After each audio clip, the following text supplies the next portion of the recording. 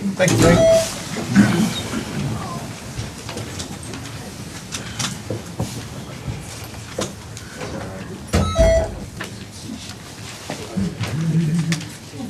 Okay, we have a guest speaker tonight, Nate Eppert. Come on up, stand up here and Alrighty. Hello everyone, my name is Nate Eppert. I'm an owner and member of NKE Enterprises LLC. This is the LLC that owns that corner property on Money Crackle. I'm here today to ask some zoning related questions to Frank Kitko and also address any concerns or questions from Frank or the trustees. However, I'm not going to be taking any comments from the general public or the residents. So we'll start out with the first question. You ready, Frank? Go ahead. Alrighty. So, is personal, recreational, off-road vehicle use, this is ATVs, dirt bikes, side-by-sides, and snowmobiles, prohibited on R1 zone property? They're not prohibited, but it could become an issue if the noise becomes an issue. Okay. 2, is personal, recreational, off-road use considered high-impact use in any way? It could, again, if it violates the maintenance standards. Okay. 3, are you aware of any other personal use off-road trails or riding areas within the township? No. 4, the letter I received from zoning about riding talked about 3.02 maintenance standards and how dirt biking could breach 3.02A5 objectionable noise and 3.02A1 air pollution or dust. How is objectionable noise defined and how is air pollution defined? Air pollution, I don't believe my letter referred to air pollution, but if it Dust, did, anything like that, you know? if it did, we would probably get to the EPA involved. Mhm. And as far as the noise, we have some standards there, and if you were to look in there, it refers to decibel readings and so forth, and it applies to commercial and industrial, but if the decibel reading would exceed that decibel rating, certainly being a residential area, Mhm. that would be considered a nuisance violation. Okay. And how are these enforceable and how have they been enforced in the past? Well, we haven't had any of those issues, and as far as how would it be enforced, we would have to seek legal action through the prosecutor's office. Okay. And I'm assuming these never been enforced for any sort of riding activities like that before, right? Pardon me? They haven't been enforced for any recreational riding activities before, I mean, you already We said haven't that. had any issues with riding issues before. Okay. And then what other permits, other than a soil disruption permit, from the township zoning would I need to build a backyard style motocross track? Personal use only. Well, if it's personal use, you would need your land disturbing activities with a drawing showing what you're doing. If you're going to do any mounding, we would need to see that, and we have restrictions on heights of mounds, 4 foot in the front, 6 foot in the side and rear yards. If you were to wanted to exceed those heights, you would have to request a variance to do so. All right. Then, can the township recommend any operational limits or voluntary measures that would demonstrate good faith compliance with my personal off-road use? Well, here again, if you refer to a section of the resolution under maintenance standards 4A, it gives you some decibel readings that are acceptable in the business districts, which refers to, let me find it here if I got it. But there's a graph there, it says,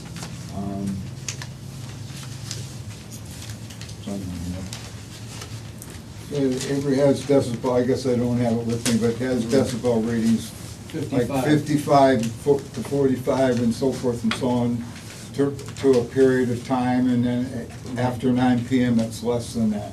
Yep. Okay. So, All right, those are all the questions I got. Do you have any questions for me, Frank? Well, the biggest question is, number one, are you gonna live there? Yep. Okay. I'm waiting for the farm to develop more. Once the farm's more developed, I'll be moving Okay. in. That's a plus, because there's been a lot of speculation, a lot of comments made by individuals in the township saying that you are not going to live there. And that, if you're not gonna live there, that becomes a whole different issue. Yep. Okay. Until you actually submit your land disturbing plan to the office and go through soil and water, which you've been through once, I can't tell you any more than that until I get that's information, so. And I will tell you that I know that you've tested twice, at least twice. And I know the last time you tested, I sat on the road,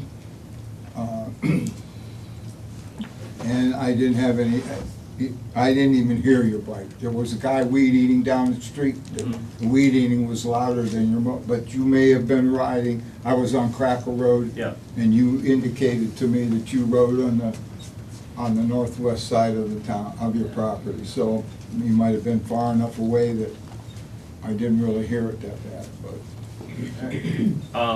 Can I do more test rides? Is that okay? Like 20-minute tests, just to. Right. That's cool. That's cool. Trustees. If I will say this to the public, to the trustees, Nathan has been upfront with me, telling me what he's doing, whether he's bringing in dirt, whether he's testing. He's indicated that he is trying to find solutions to potentially noise issues and so forth, and I have to commend you on that part. I also want to set the record straight, because this came up the other day. F&M Concrete did not, I repeat, did not have anything to do with pouring that young man's floor in his building, contrary to what people have been passing around.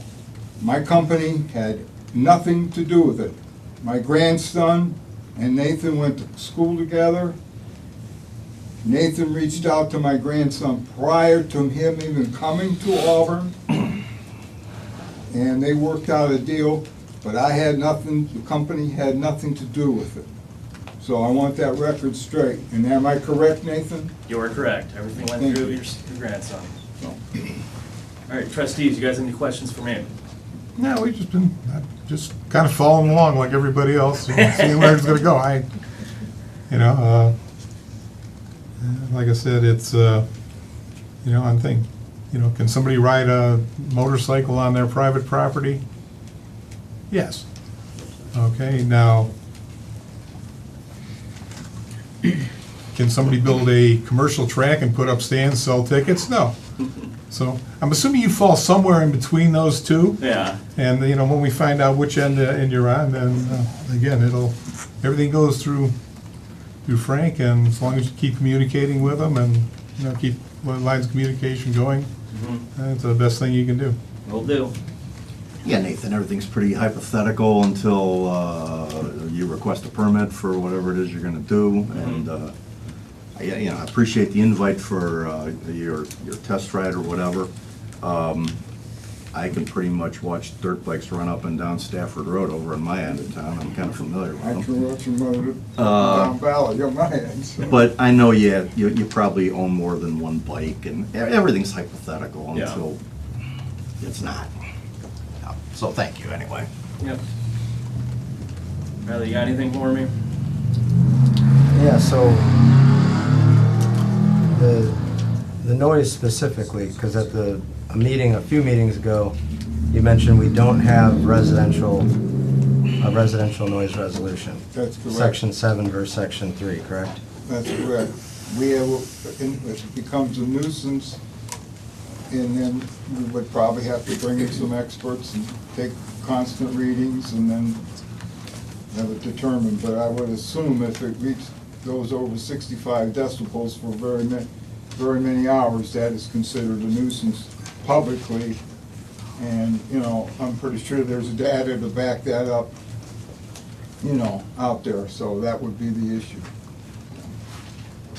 So does that apply to all residences, not just a situation where a dirt bike is going, it's just noise? Well, here, yeah, that's, the tough situation here is a leaf blower, a lawnmower. They all, at times, can create over 65 decibels of noise. So you can't single any but one person out or any group of people if it's an hour here and an hour there. But if it's a constant 2 to 3 hours every day, then that's a nuisance. You know where I'm going with this, live music at the patio. Well, that's a completely different issue, yes. It's decibels, it's I understand what you're saying there, yes. Excuse me, but you're quoting decibel levels when the zoning resolution is purely saying objectionable noise is a nuisance. Period, end of statement. That's what I was getting at. So it's Period, so end of statement. ambiguous. What do we do moving forward? Because the way I read it, I agree with you completely. It really means nothing the way it is. Anybody can, I can object over, he could object over my noise volume sitting right here, the way it's written. Obviously, tonight, we can't go and modify the resolution or get rid of that and strike that out. But as that stands, it really doesn't mean anything. That's right. So So it becomes my personal determination versus the public in general. If enough people approach me and I feel confident enough, then it's a nuisance, and we'll go to court, let the judge decide. That's the way it works, you know, I mean, there's no other way to do it, you know, so that's the way it is. Well, if it's to be enforced through zoning, Right. which has its own built-in Right. steps and Right. it's far from immediate. Right. But, you know, as far as disturbing the peace, that's a civil ordinance? Yeah, I was just gonna say, to be quite honest with the people in this room, if this goes to fruition and you have issues with it civilly, you have a better chance civilly winning than the township does. And a much faster resolution than the township has. I'm just giving you that, you know, I've talked to several attorneys and they'll all tell you the same thing. The township plays second fiddle in the court of law to civil cases. And so if enough of the residents, if he does this and they object, and we all go, they have a better chance of winning faster than we do. You know. And that's been discussed by several other people in the immediate area. You know, so one gentleman says, if it becomes an issue, I'll take care of it myself. I'm an attorney and I know what to do to take care of it, so. But, Through the legal system, yeah. Yes. Through the legal system, yeah, not zoning. no. But, All right, Nathan, well, thank you for coming in. Yeah, thank you for your guys' time.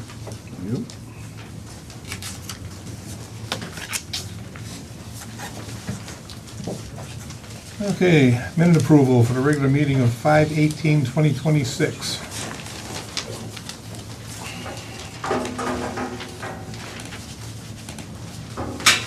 I didn't have any comments, so unless anybody else has one, I'll make a motion to approve. Second. PJ, Yes. Riley, Yes. Michael. Yes. Okay, skip the reports. Frank Kiko, zoning inspector. okay, you have, we've processed 4 applications, pretty much spread out there, 1 accessory building, 1 addition, 1 fence, 1 single-family dwelling. We did, as you saw last week, we had 5 cases before the Board of Appeals last month, and subsequent work on those people that they all got, the ones that requested variances received their variances, and so paperwork had to be put together to accommodate them when their 30 days are up, so that's all I have. Okay, any questions from the board for Frank? Anybody in the audience? Oh, one more thing, but you already have it on the agenda, so I did receive, just so you know, and I told you guys this was gonna happen, we did receive two calls on the patio's violation of the judgment entry, so. First week, nice weekend, and we got 2 calls already, first day. So, just so you know. And what were the calls for? Noise, loud noise, drinking on the patio. Was there, I don't know, one person said the band was on the patio. Nobody called me, so I didn't make any inspection, but we got the calls today. We're at the town, at the office there? Mm-hmm. Okay. Frank, what's your phone number? If I could have it, because I was making calls when I could, because they were out on the deck. There was a grill going out on the deck. I mean, it was loud. You should really have that decibel meter there. No, And it says in the judgment specifically, they're not allowed on the deck. I know what it says. But then how do we enforce that? And I know that's gonna be coming up, so. Well, it's up to them to enforce it, through the prosecutor's office and the judge. That's what a judgment entry is. So, I live on Chamberlain Road, not too far from Crackle. How long is the track gonna be? At this point, we don't know anything. Okay, we don't know anything. No. Okay. Thanks for coming in.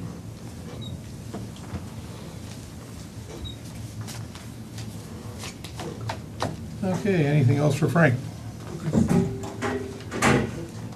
Where are we at on that second dwelling thing? Any, The letter's been sent, that's all I can tell you. It's between 2 lawyers, as far as I know.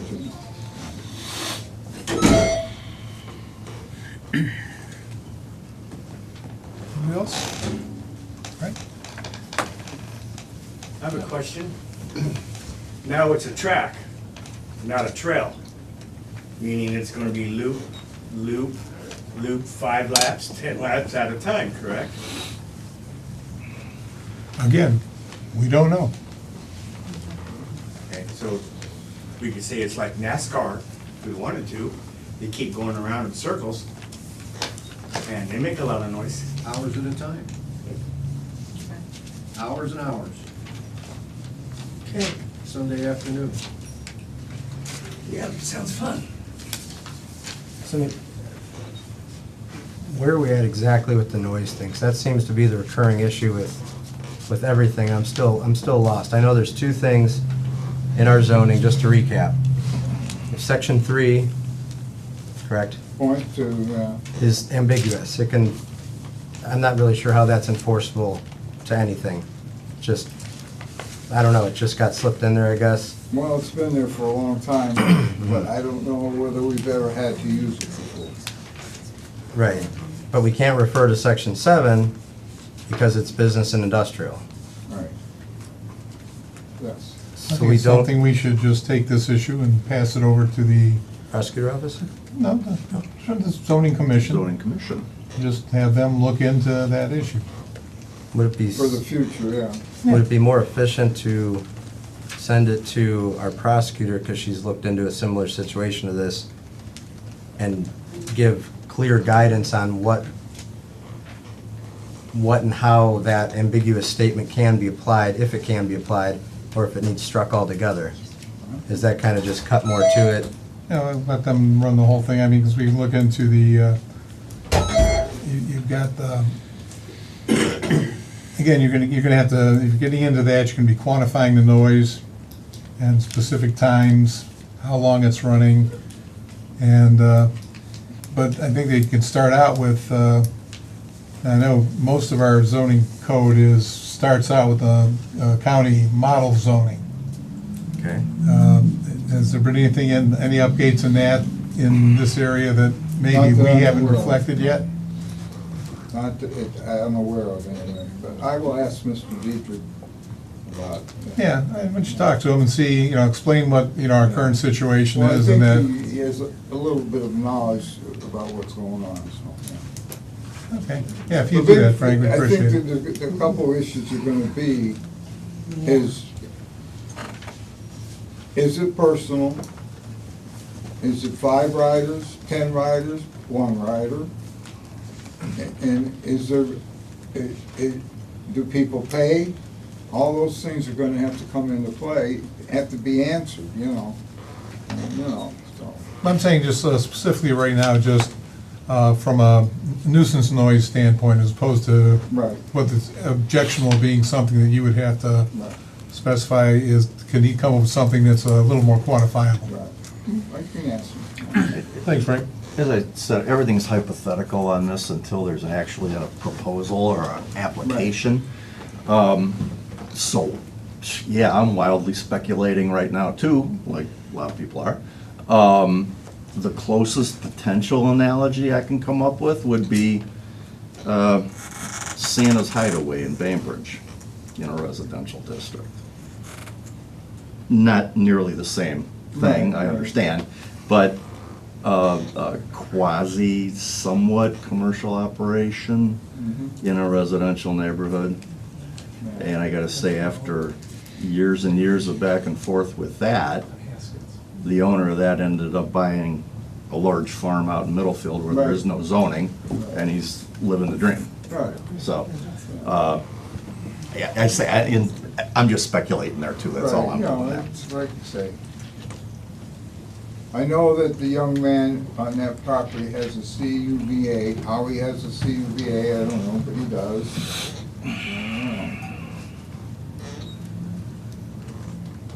Yeah, it's kinda arbitrary these days too. Right.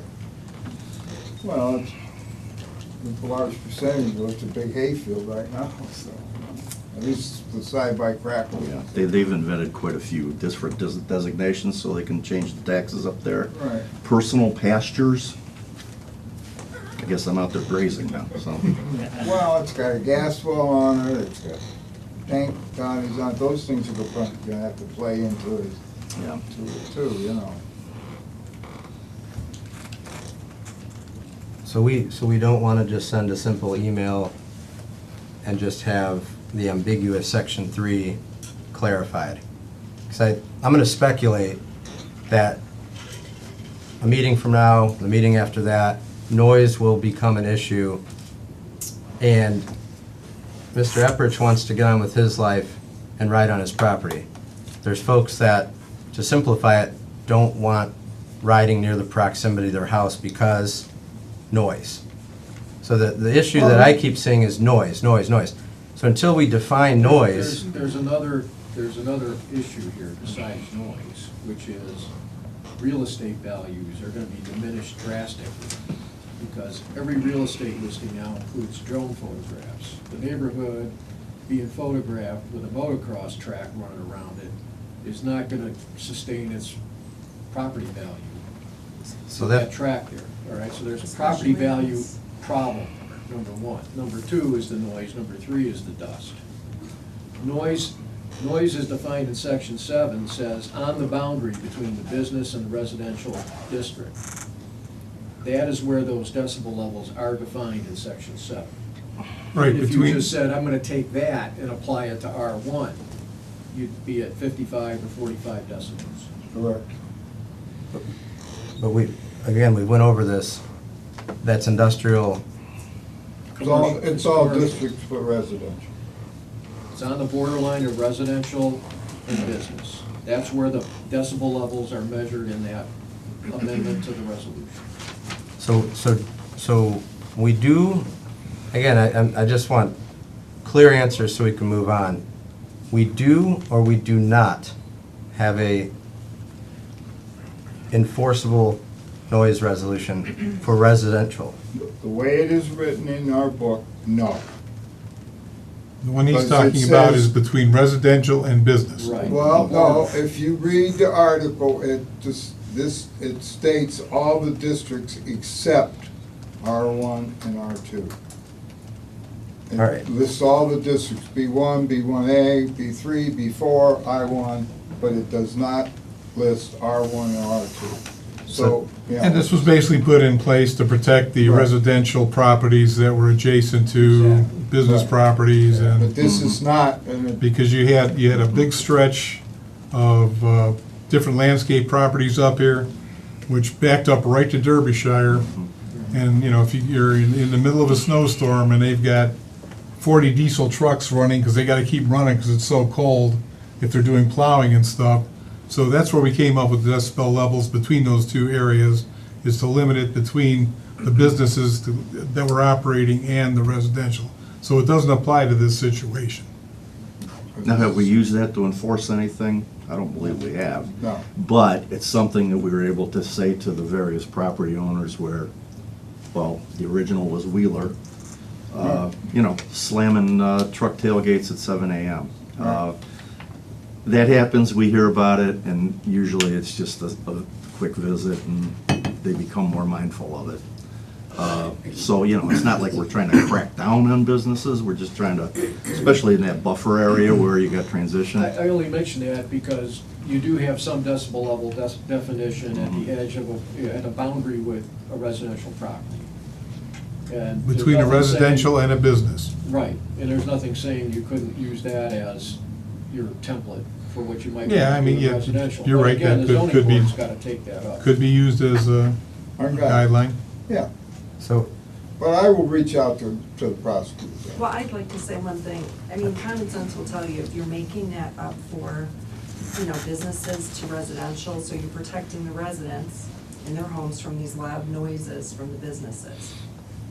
Why would you not want to protect the residents in their neighborhoods from a neighbor doing something that is gonna not allow them to enjoy their property like they have for 30 Well, years? I mean, at it's the common time, sense. it was the same issue.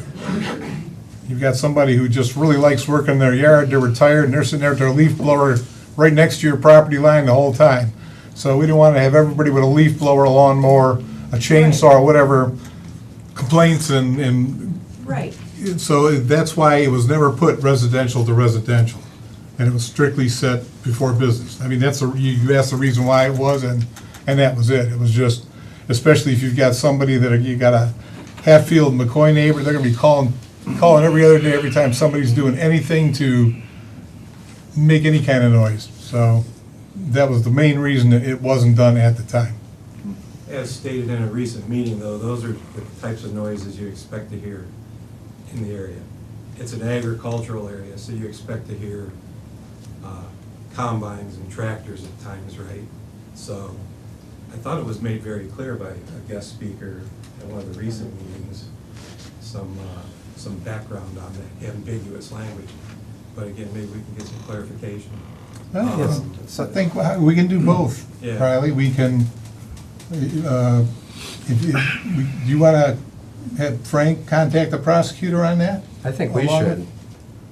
I think Okay. we should, All right, 'cause make a I feel motion. like we're not getting anywhere. Make a I wasn't finished yet, so the first part of it was I wanted to clarify that there is no measurable noise resolution in place for residential, Correct. okay? So that was what I wanted to make very clear first, so that we're getting somewhere. Secondly, if we want to review section 3, how it can be applied, how ambiguous is it enforceable, should it be in there at all? These are all, I think, great questions to close the noise section of this out. And then you civilly, as he said, can go on about air pollution or real estate values, because those things, maybe aside from, well, that section 3 will roll in air as well. But real estate's not going to be, how real estate's affected is not going to be in zoning. So that won't be examined, that would be purely civil. So what I'm trying to do is boil it down to, how do we get past this so it's not a patio issue where 12 months goes by and we keep bringing up objections to noise? And I think big headway would be made if we got clear guidance from our prosecutor office on our zoning, because that's really what it boils down to. We've agreed today, here now, we don't have a residential noise resolution, which would imply, if he wants to go around, as the gentleman stated, in circles riding, that he can. So do we want to double check that? I disagree with you on that. That's, You do have a zoning resolution that does mention noise very specifically as objectionable. If it's objectionable, that is the ordinance. right, so we have a, So, yeah, there's we- no firm measurement that says, yeah, you gotta go out there to the noise meter and check it for an hour. No. if something's not measurable, it can't be enforced Well, though. that doesn't make it ambiguous. It sure is. No. How would you enforce it? If you get nuisance complaints over noise, if I even complain about my neighbor being on a lawnmower for 3 hours at a time, How do you think that would go though? gonna have to I'm call. I'm not trying to be cute about it, No, it just, this is where we're at here, I'm trying to drill down to exactly how this gentleman can get on with his lives and everyone else can get on with their lives. And it seems like the main issue that is maybe or maybe not controllable from the board side of things in zoning would be noise. We went over real estate, we went over air, which kind of groups into section 3. So provided, I would like to make a motion to have our AP, our assistant prosecutor, review the language of section 3 that is in regarding to objectionable noise or air pollution. Discussion? Sure, second. We have lot a of- discussion here. A lot of farms in Auburn are zoned R1 as well, correct, Frank? Pardon me? A lot of farms are zoned R1 here in Auburn, right? Yeah. Well, you There's need, no agricultural zoning, right? we have no agricultural zoning, correct. Okay, so if you apply R1 residential noise, you're gonna have to apply that to farms as well, right? That's part of the dilemma, yes. All right, wanna make sure. Then that gets trickier, because then how's the state play into things with shooting, fireworks, and a slew of other items that are protected, or are they protected? I mean, that's somewhere I don't want to go tonight. I think if we can focus on our localized zoning issues and actually get some traction with this issue, because it's been 6 months, it'd be a big win for everybody. So the motion is on the table and it has a second. Anybody else want to talk for a while so I can't second this, so we can get it over with? Going once, going twice, I will second your motion. Okay, and I'm just gonna say whatever response we get needs to be forwarded to our zoning commission. Absolutely, Yes. because that's, They write it. should their correction be something that we can add to our resolution, I do that's have a how quick it question, begins. if I could. You know, I've been attending a lot of meetings, and this has come up before. And someone had mentioned that this track was, they tried to put this in Aurora, I believe it was. This was, again, I mean, it was a few months ago, Yes, and they said that Aurora didn't allow any of that. yeah, but Aurora's a city. Yeah. It's completely different. Aurora's a okay. city, we are a I just township. wondered what their bylaws He- were. I will They're a comment on city, that. they have much more power than we do, yes. I will comment on that. They didn't shut me down for riding. They shut down a variance for a barn structure. They did nothing related to riding. The comments were related to riding. But they did not shut down my riding.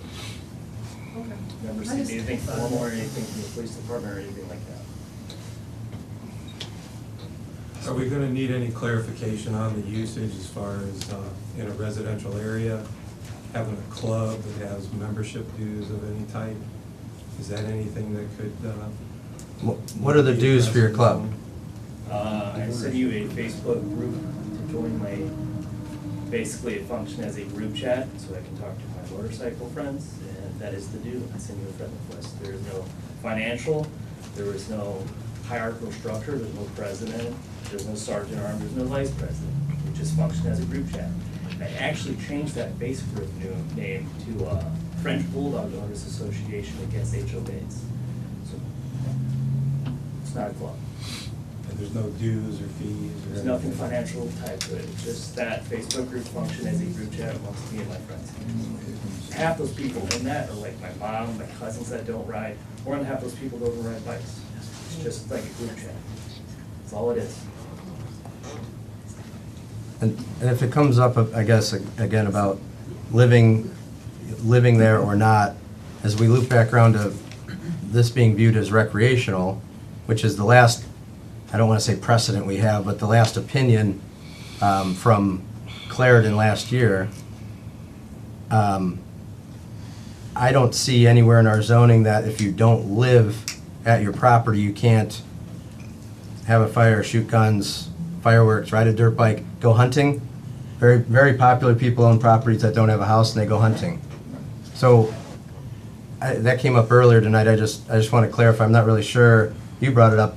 If it matters if he lived on the property or not, Well, or if you want to elaborate. If it's considered an accessory, if the activity is considered an accessory use, the only way you can have an accessory use Primary. is to have a residence. Primary Or a use. primary use, which in this case, in that district, the primary use is a residential residence. So if he's gonna go that route and apply for an accessory use to build his structure or his track or whatever you wanna call it, trails, if he goes that route, then he has to live there. Because you can't have an accessory use without a primary use. So, and the primary use at this time of that property is a dwelling. Adding That's dirt. what's taking place. Adding dirt and riding around, this is for my reference, what permit is required? Land disturbing. Okay, so you disturbed it, you added dirt, If he's gonna make trails or tracks, and he's gonna disturb land, and he's gonna build mounds, that's land disturbing, he needs a permit. and that requires him to live there more than 50% of the time. I don't see how we could tie all that together. That's why I'm trying to get real. Well, it's, whether it does or not, it'll be up to challenge in a court of law, I believe. That's what my opinion is. So, you know, if he's applying for an accessory use, he must have a primary use, and primary use is a dwelling which he must live in, because the prosecutor came right out and said, if you don't live there, it's not a dwelling. So, you know, here we are, right back to the dwelling again. So, you know. But So if he's not living there, it's not a dwelling, so the track could be his primary use, and that would just be some non-existent building sitting in the middle of nowhere. Right, yeah. Okay, there you go. The permit pulled for that structure over there As was... a dwelling. Was a dwelling. Yes, sir. All right. It's not only at the zoning level, but at the county level. It's considered a dwelling. A barn dominium is a dwelling. So with the dwelling comes the rights to enjoy your property. Correct. If you're living there, because that's the way it works. Yeah, you got it. That goes to primary, secondary residences, which probably many of us in the room have a secondary residence. And then those people can't enjoy, I'm just trying to wrap my head around this. If they had another permit pulled, but they don't live there as a primary residence, they can't do it. Is that like, am I understanding that right? You're right. If they're claiming accessory use, you have to have a primary use. The primary use is a dwelling, residence, then you have, and your second use is an accessory structure or accessory use. You can have it if you have a primary use. We don't allow accessory uses without a primary use. That's the way Whether our someone code- lives there or not, the primary use is a dwelling. Correct. So if it's a second residence, No, not a second residence. We don't allow a second residence. so it says someone has, to have a dwelling, someone has to live there. Yeah. That's what Chrissy just told you. We can't have vacant houses in Auburn. Well, you know. I know it sounds silly, but we're gonna come Well, back to you this. Ask her, don't ask me, because I consider it a dwelling. If it's built as a dwelling, it's a dwelling. If you have one dwelling or if you have two dwellings, she's the one that said if they don't live there, it's not a dwelling. I didn't say that. That's what came from the prosecutor's office. See, our zoning says that a dwelling is that you have to live there. Oddly enough, ours is exactly the same as the Geauga County model zoning, which everybody in all the other townships have used as their basis for their thing. So, except for Chrissy, everybody on the planet, or in Geauga County and all the townships, I think are using the same definitions as we are, which came from the county model zoning code. If you have a house, if someone owns a home, you have to live in it as a primary residence. So if you have a secondary residence or a second home, the rules all change. See, I'm not following that. but I'm sure that'll come up. Yeah, so That was days ago, man. I'll look I into that. seconded it about an hour ago. Call for the vote. You know, if you call for, I can call for a vote. Yeah, go ahead. I'll call for a vote. Okay. Do you guys remember what we were talking about a while back? Contacting the prosecutor's office about our noise. Right. I called for a vote, so you call their names now, and they, PJ, Yes. Riley, Yes. Michael. yeah, we got through that, yes.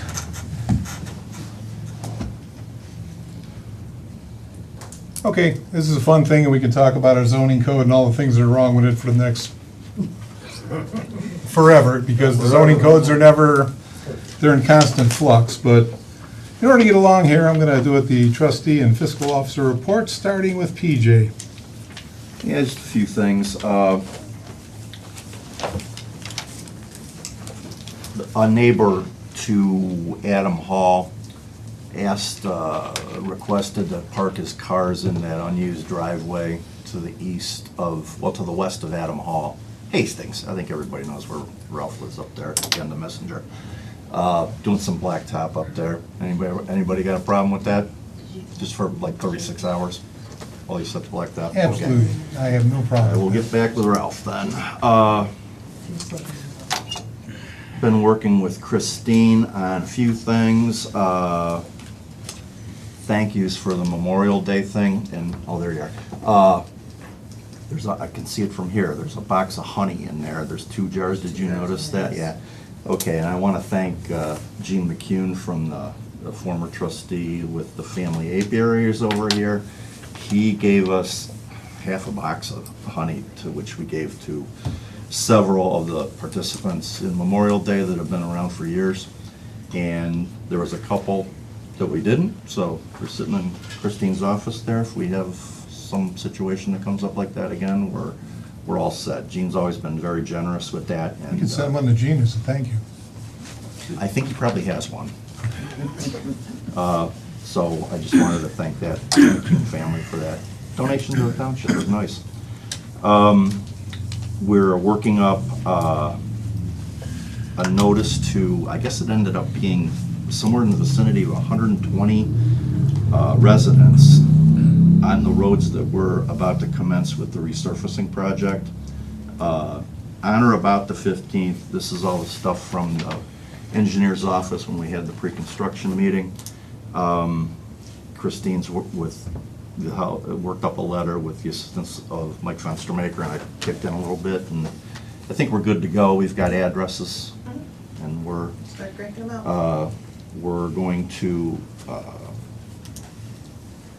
potentially it's overkill because it's on the website and there's going to be notices and there's signs going to be going up. Mike bought more signs that project to commence, but you know, you don't want someone to say that I wasn't aware this was going to happen. So we're kind of doubling and tripling down on that as we have in the past. Mike Fenstermaker is generally or historically the road superintendent has been in for this first meeting of the month.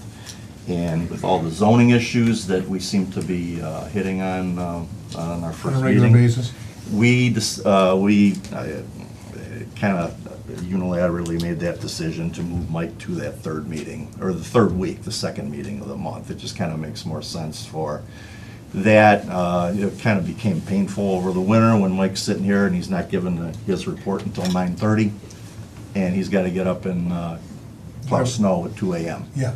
So I know that's, hopefully we're past that now, but this just seems to make more sense for the time being. We're going to stick with this schedule. And that's all I have. I'd like to jump in on yours real quick. I just want to thank PJ for all the work he does on this Memorial Day ceremony, and Christine got dragged into it, but they managed to get it all accomplished, and just thank you for all you do, PJ. We all appreciate that. Well, thank you, Mike. We got one under our belt though now, so yeah, I think we'll do better. Yeah. All right. Thank you. Riley? On our YouTube channel, there is sections of the Memorial Day event that you could watch as well.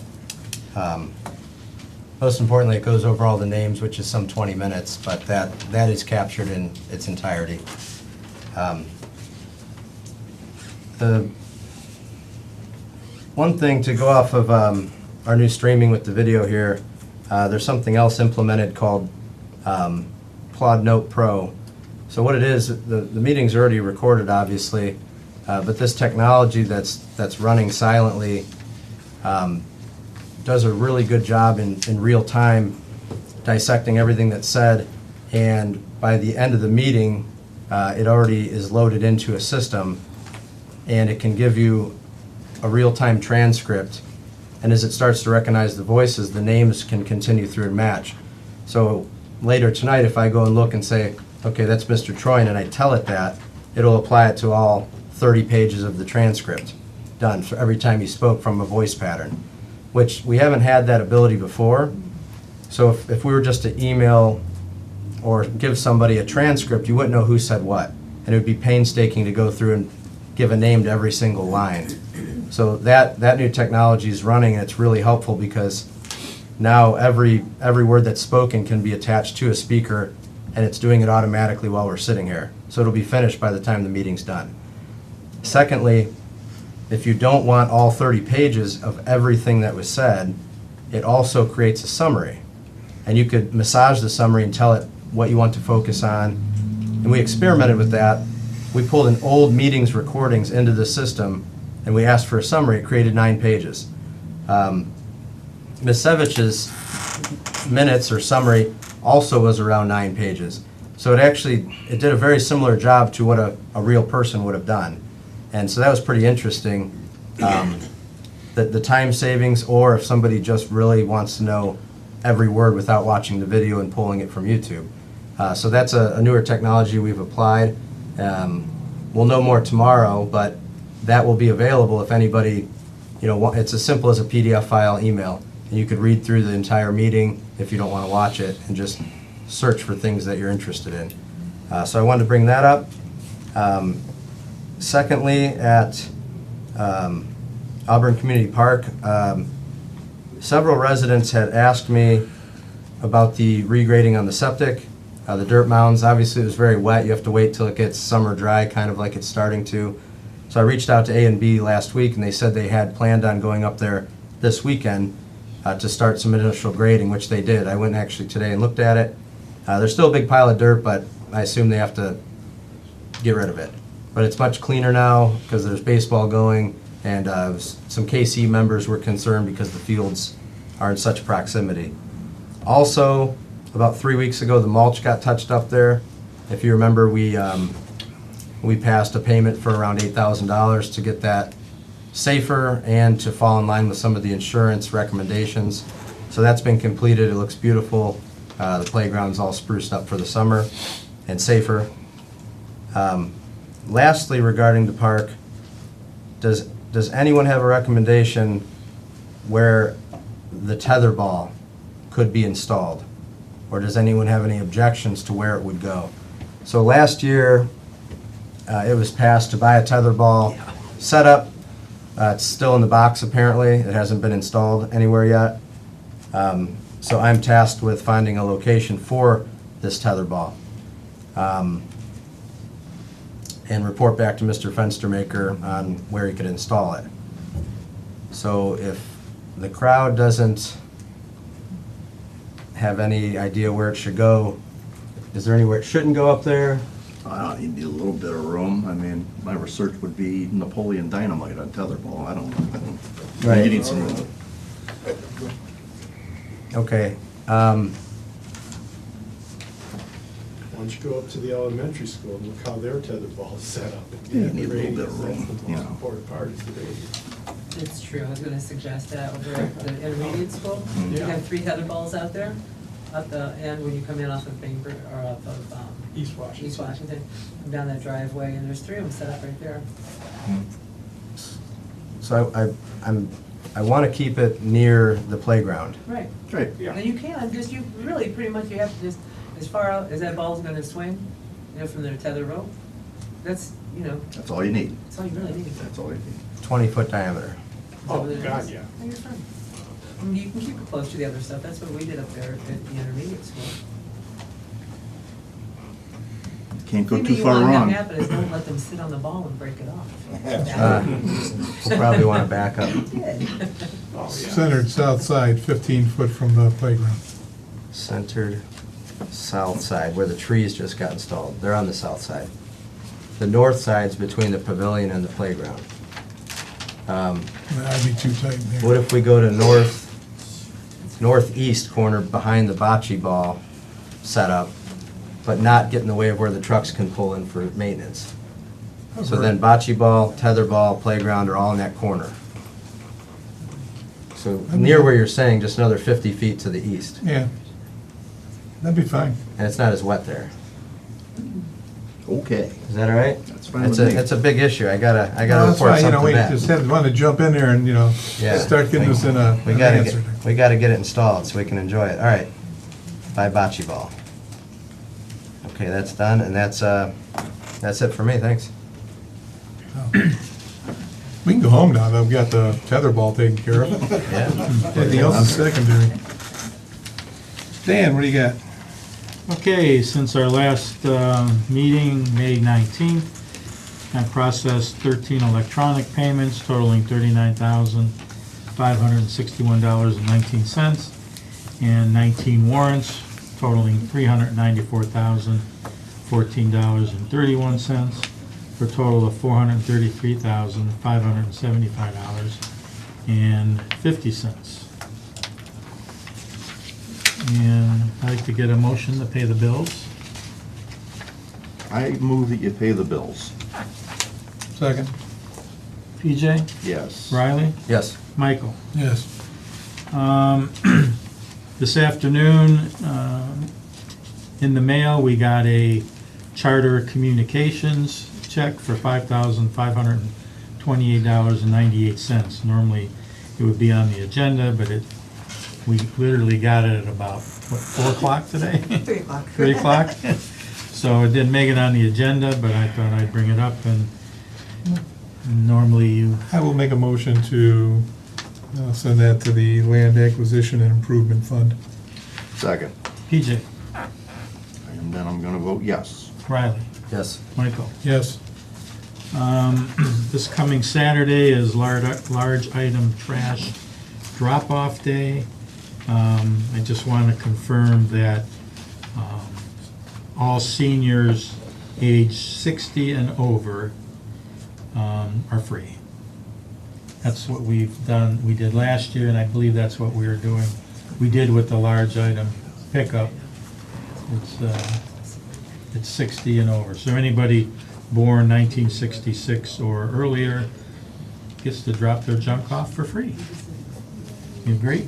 Yeah. I'm for it. Except for the fact that as the population gets older here, our revenue's gonna be like $12 by the end. I have a quick question about that. It's the 4th and the 5th.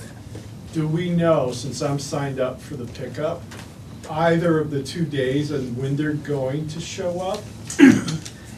Department of Aging did all that scheduling. They tell us when to go out and do these. Of the 2 days, but we Yeah. don't know which of the 2 days. So for instance, I want to make sure that I'm home. I contact the Department of Aging. Do contact, okay. Yeah, because they, from the get-go, they say, Yeah. we do all this They're the one that does the scheduling, so they should have the information. Oh, they schedule the actual I residences. think and they the do. rotation I've associated never with it. been Oh, okay. in that category, I'm getting close, but, Yeah, okay. You may call Mike at the road department too and see if he's got that Okay, information. I'll do that, because he's the guy that's gonna be picking it up with his crew. yes, Yeah. our guys, yeah. That's all I had. Okay. Old business. NOPEC energizing grant, again, we just have that as a reminder. Patio Bar and Grill, the agreed judgment entry update. The information has been given to the patio's attorney. He will be contacting the property to the north side of the patio property to see if they are amicable to having the fence put up there. And he will be contacting Chrissy to proceed with the process. And so I contacted him right after the meeting the next day, so it is in process. How quickly that goes, who knows? So this is, the appellate would be at Coonley and Patios? Lawyers are contacting, Chrissy, regarding the modification to the judgment entry to put up the fence around the perimeter. so basically you're telling me that you agree with what they proposed? Yes. Well, we agreed to let them proceed with it. We'll still have a formal hearing and everything else before this is all over with. Yeah. But this is to allow them to go ahead and proceed with the procedure. Chrissy is who now? Assistant prosecutor.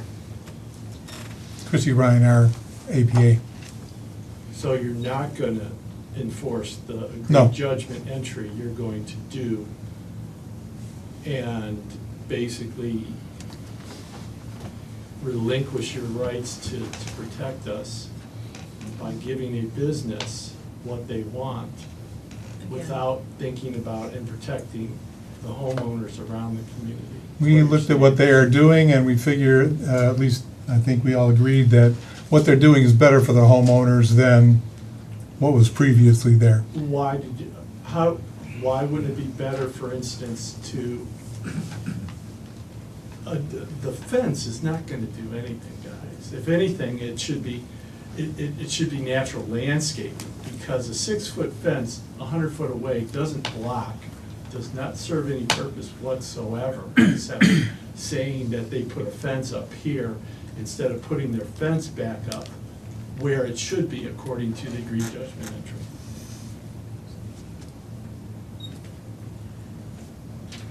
I just reported where we're at on it. You obviously don't agree with what we did, but this is the procedure and this is the way it's going through. Okay, and then what about the other violations associated with it? As far as the music goes? Hmm? The music, That's not changing. that's Yeah, not that- changing. We did not change that. That's. The only thing that that's remains part changing of the is- judgment entry. Remains part. Allowing them to keep the lower fence on the inside and putting a 6-foot fence the entire length on the north side and the east side. That's the only thing that's changed. West side. West side. West There's side. no other change at all. Okay, so it only concerns the subjects that were addressed in the KKR, the letter from Thrasher to the Board of Trustees. Correct. And doing the fence now. What about the fact that that fenced-in area should be alarmed and locked, as it was supposed to be in the original drawings in the agreed judgment entry? Well, that was originally set up for, It's part of the legal document. hmm? It's part of the legal document. That drawing is a representation and part of that judgment. Yes. Well, then we'll specifically have to allow that, because if we don't, we're gonna have people walking down the street to get, going out the front door, and that's, Don't you think that the Liquor Control Board would have something to say about that, and how entry can be gained from multiple places, and particularly the front, the entrance through the patio is not monitored in any way, shape, or form? So how do they keep minors from going in And there? that's never, you look at every patio that exists, particularly a patio that quote-unquote is at the rear of an establishment. You don't get into that patio unless you're going through that bar. So are we adhering to what the Liquor Control Board says and how they dictate patios shall be, egress shall be enforced? well, that's between them and the Liquor Control Board. Who talks to the Liquor Control Board? Pardon me? Who will talk to them? Who's gonna make that phone call? Oh, I'm sure somebody out there would be more than willing to do that. I know you would, Susan, and you guys could maybe make a conference call together too. I didn't realize that we had come to, or you guys had come to an agreement or had a discussion about what was proposed. Because I had asked you guys to give me an opportunity to let my lawyer take a look at it. And when I talked to my lawyer says, hey, you gotta find somebody because he's primarily a state and tax attorney. He says, so I'm still seeking counsel so that I can look at them. Okay, well, that's exactly where it is now, is with attorneys, so. if you- But, well, it's not a done deal, It's so I not. still have my ability to do my due process. Absolutely. Yes, you do. Okay, so, if and when any language comes up, that will be a matter of a public hearing. I just want to clarify. Yes, there will be a public, There you will know, be a that's public hearing. Okay. part of the process is that there, you know, he has to go, because either we can initiate a judgment, modification of judgment entry, or patio could. So we're not initiating it, he's coming through, he's gonna go through the process of what he's planning on doing, we can make modifications to it. We don't have to agree to it. So it's just that this would, we had to get the process going, I couldn't drag this out for another 6 No, months. understood. Okay, and I it's just just- want to understand the parameters and what's happening, and you say we're changing the agreed judgment entry that had never been discussed, at least when I've been here and I haven't heard about it. Alls I knew that we talked about it, you said, here's what we got from Thrasher and Dolan, their attorneys. So, Right. okay, let And me so it was gonna get go to one it of two now. ways. You guys- We were either gonna let them go forward with it, or we were Or going you to not say, let them go no, forward we with don't it. want to do that, how about we counter your proposal? That was, to me, part of the process, because it's a give and take. Well, the 2 cents we had on there, which we gave them in advance, is move the parking on the Wing Road side, want all that removed. Fence is okay, fence on the north side, and originally that was if the property to the north wanted a fence. Okay, if they don't want, if they prefer not to have a fence there for whatever reason, we wanted to give them that opportunity. Yeah, So, the attorney was going to contact them to make sure that they were amicable for the well, addition of the fence. okay, understood. But again, given my choice, I'm obviously across the street, right? Of which I built my own mound, put up my own trees, and lots of money, we won't talk about that.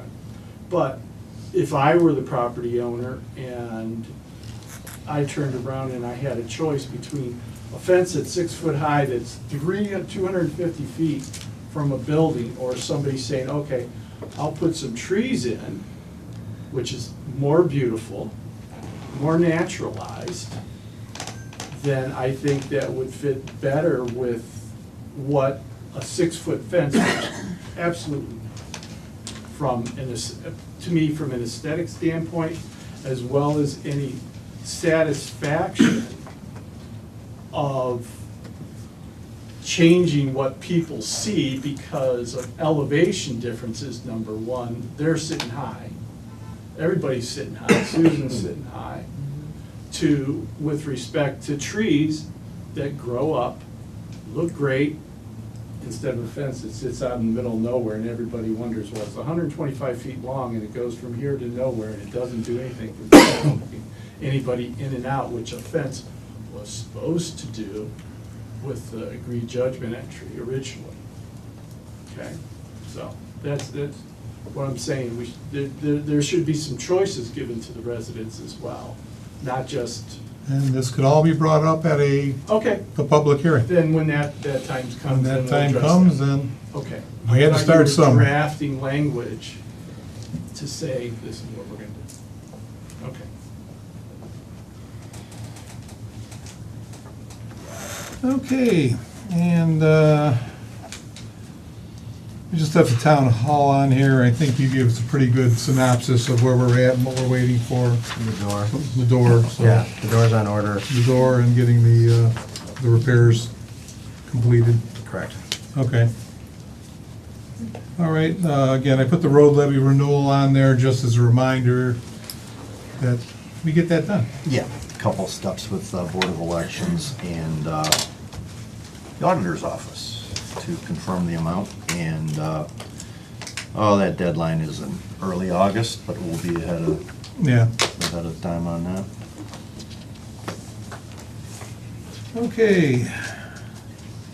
Geauga County Engineer's address recommendation of 12025 Stafford Road for parcel number 01-118821. As I say every time let's do this, I have no objection to whatever number they pick, because I have nothing to change it to that I would even want to think about. So if, I'm going to make a motion to accept their recommendation for parcel 011821. Second. PJ, Yes. Riley, Yes. Michael? Yes. Down the road from me.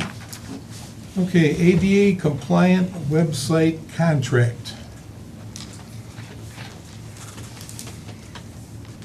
Well, we got an email from Geauga County ADP. Attached is a quote from Company 119 to create an Auburn Township website on Geauga Connected.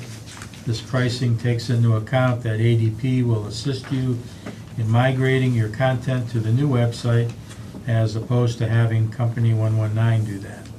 The fee then from ADP going forward for hosting the website is $115 a year, charged on the quarterly billing we currently receive from them at $28.75 a quarter.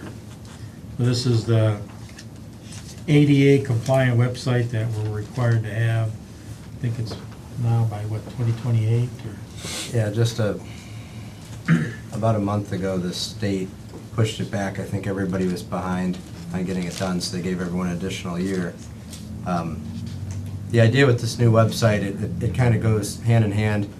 We have Christine, who's new, and she can invest a lot of time and energy learning our old system. And it's no secret, we've had some questions related to our current website, its usability and updates and things like that. So it seems like a good time where we can get ahead of this so we can learn it, she can learn it, get the training from Company 119. The rollout's 2, 3, 4 months, kind of that time period based on our needs. I spoke with Mr. Taylor today about it from 119. So at the cost of $7,500 Right. is the cost for the website redesign. Now, to give you some background, Bainbridge, Chester Township, Parkman, there's more than several townships that have already done this. And the way it works is they model all of the websites to kind of, in functionality and looks, aesthetics, mirror the county websites. So people just get, it flows better, they get used to clicking through them better, and it just looks like we're more cohesive that way. But the reformatting is the important part, because then it allows us, when required, to roll the ADA content into it, which consists of like a checker. When things get added, it'll scan and check that it meets the regulations, and it'll allow it to go through. It also allows people to click various buttons. It makes things bigger or change the contrast and color, much easier on their side. So this has to happen regardless. We have some time, but it'll also take some time to learn, and it's good timing because of Christine being new and having to learn the system. So that's why the goal would be to implement this and get this going for all those reasons. So somebody want Yeah, to so make a motion? Yeah, so I'll make a motion now this cost moving forward, based on our needs, which we don't exactly know yet, how many pages need integrated, and then when we turn on the ADA widget system, those are additional costs down the road. But for now, to get the company on board to build and develop and launch the new website with the training is $7,500. So I would make the motion at $7,500 to hire Company 119 for the redesign of our township website. I think we paid something like $5 last time we did this, 45 to 5, so I guess with inflation, that's pretty much what you would expect to pay now, so I will make the motion. Did you make the motion? I did, yes. Okay, then I'll second. PJ, Yes. Riley, Yes. Michael? Yes. Okay. Questions, comments? Yes. So who should we call when the band's playing on the weekend if the zoning office is closed? That's a good I have a question pertaining to that. if the taxpayers pay for a cell phone, should that number be accessible or not? So, because somebody earlier asked for his number and we don't know. You don't pay for myself. You don't get the stipend. I get the stipend, but that Okay. doesn't pay for my phone. It's $50 a month. My bill's like several $100s a month. Plus my phone's like $2,000. You wanna buy me a new phone separate? I'll give out my number to anybody. All those numbers you just gave are highly inflated. Oh, okay. Like, you're getting ripped if that's the case, like, Well, bad. but here's the Sorry, thing, but- and as you and I, you answered my phone call back over the weekend. Yes, That, I don't get a stipend, but I will take your call. right, but there was nothing that we could do. I tried to call the bar myself, they wouldn't put the owner on the phone. Okay, and that was very pleasant, I mean, I don't usually call and yell at anybody. But when you said after you had talked to Bobby that there are several more bands that they already had paid for last year, they're planning on being outside, but they're not allowed to be out there, so why are we allowing that, and what do we do? Why do we care what they paid for it? They're violating. They're violating Just what. put it inside. Contract. Before the They should- patio, They used to should have be their put bands inside. And close the garage door when they have a band. Because that's inside. how it was, there was never a problem before, I mean. this is Even not- after the patio had the agreed judgment entry and Albie ran the bar, he had bands and the bands were always inside. And honestly, we went through this in 2012, I think. We haven't had but maybe one, in the first thing, when Albie was testing the limits of where we could go. It happened once or twice. It was really early on. Are our It has business not cards happened. still up on the counter there? Sorry? Are our business cards up front? Yeah. Yes, sir. There's some. Okay. Your head's in the way, that's why I can't see. Ah, there they are, okay. So if you look on there, my card is on there. My cell phone is on there. Okay. I don't get a stipend for it. I pay for it myself. Actually, I don't, my company pays for it. But nonetheless, if you want somebody to call, my number's on there. My cell phone's always with me, so next time you've got some music playing up there, give me a call, you can give Riley a call. Is your cell phone number on your business card? Yes, sir. Grab his card too, so now you got two numbers to call. But what would be done, that's the key, we can call every neighbor in the neighborhood. I'm gonna What's say gonna be a done? recording of people that, It's in an there, you're not accounting of supposed to- people that have called.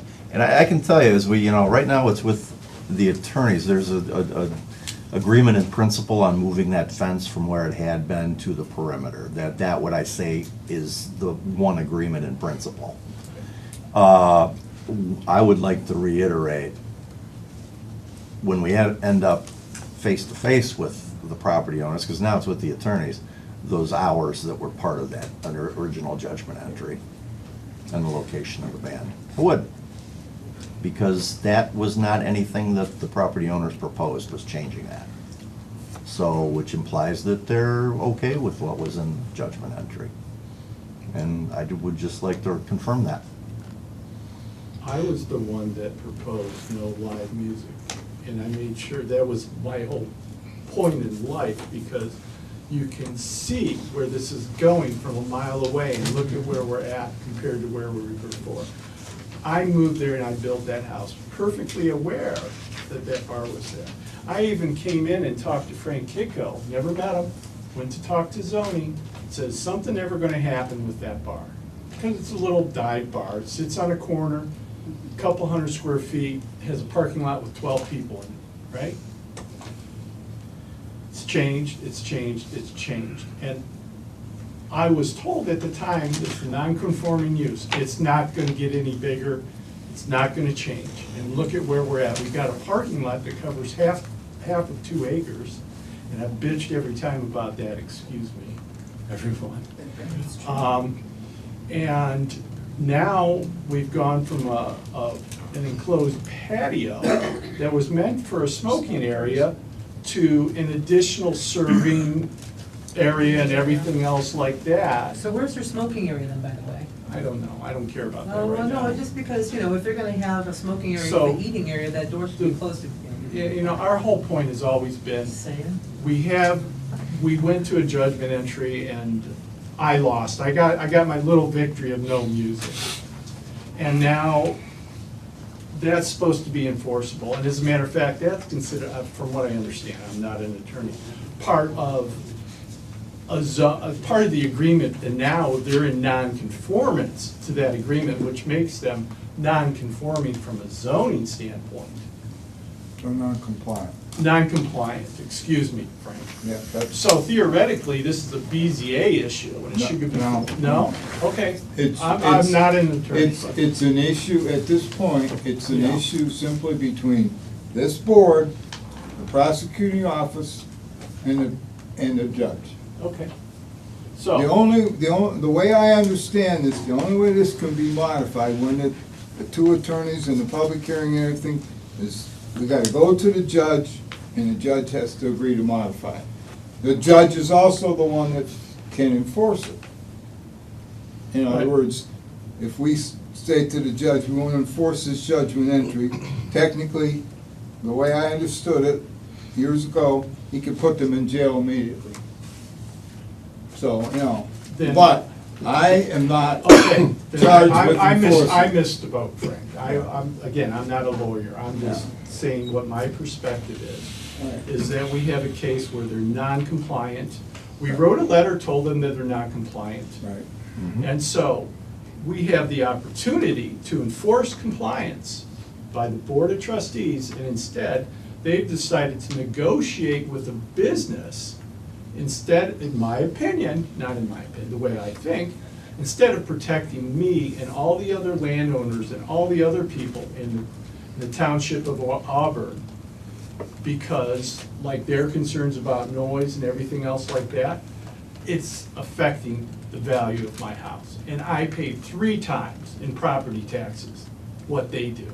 And you guys don't even generate income because we are a township, so you're not getting any income tax off that. So the only thing you're capturing is them and their property value.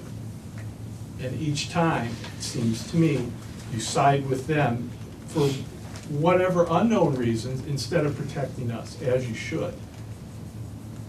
Okay? I've spoken my piece. Any other comments? Very good. Thank you. Unrelated. Hi, everybody. Good afternoon or evening now. My name is Ritter Kale. I'm with the Office of Congressman David Joyce. We like to stop into these township trustee meetings just to make you aware of where you live in the 14th Congressional District. All of Geauga County is in Congressman Joyce's purview. If you ever have any issues on the federal level, whether it's the IRS, Social Security, immigration, visas, passports, let us know. We're always happy to help. I oversee coverage for all of Portage County and southern Geauga County. I have an office in Ravenna, but as you can see now, I'm no stranger to driving out to these neck of the woods. Happy to help. If you have any questions after the meeting, just let me know. Can I have your card? Yes. Thank you. Thank you. Yeah, tell Dave if he can give me a passport, that'd be great. I'm not planning on traveling, but I think it'd be handy. I can certainly pose the question. Thanks. Okay, save the date. 6/4 and 6/5, senior trash large item trash event, must register, It's all filled up, yeah. that's all filled up, so that's kind of moot. 6/6, large trash item drop-off event at Adam Hall, 8 a.m. to 1 p.m. And again, if you're 60 or older, it's free. And if you're under 60 and know somebody who is 60, then you drive up with them and it's still free. Which is why we don't make any money doing this. And by the way, tires are free as well. We get a grant for that, so you can bring up to 8 per vehicle. There's some law, if you got more than 8, that's illegal. But if Well, you got junk tires, bring us 8. You can't carry more than 8 tires legally, Yeah. so. Anyway, tires So are if free. you sneak in twice with 2 loads of 8, yeah, they'll probably get in there. Not that anybody's ever done that at the meetings before, right? The night before, yeah. Never. They came with a truck with about 800 tires. Oh, we on it. had a full dumpster the night before. We had Remember, Claude's listening. Hmm? Claude is listening. Claude with a P. Oh, it's not. Claude is an AI system, Claude's a recording system, but yes, they They work together. We had sets of rubber skid loader tracks. We had just dump truck loads of stuff that they came in overnight and They were there. handed over, yeah. Yeah. Okay, 6/18, Red Cross Blood Drive at Adam Hall, 1 to 6 p.m. And I'll be doing that again on 7/2. 7/3 is the Auburn Bainbridge Fireworks at the Kenston High School campus. Rain date 7/6. And on the 4th of July, we will be having the annual 4th of July parade at 11 a.m. And that'll be starting at the Meadows and ending up at the Auburn Fire Department.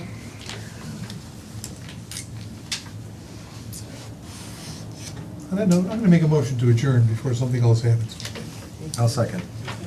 PJ, Yes. Riley, Yes. Michael. Yes. Are you doing this?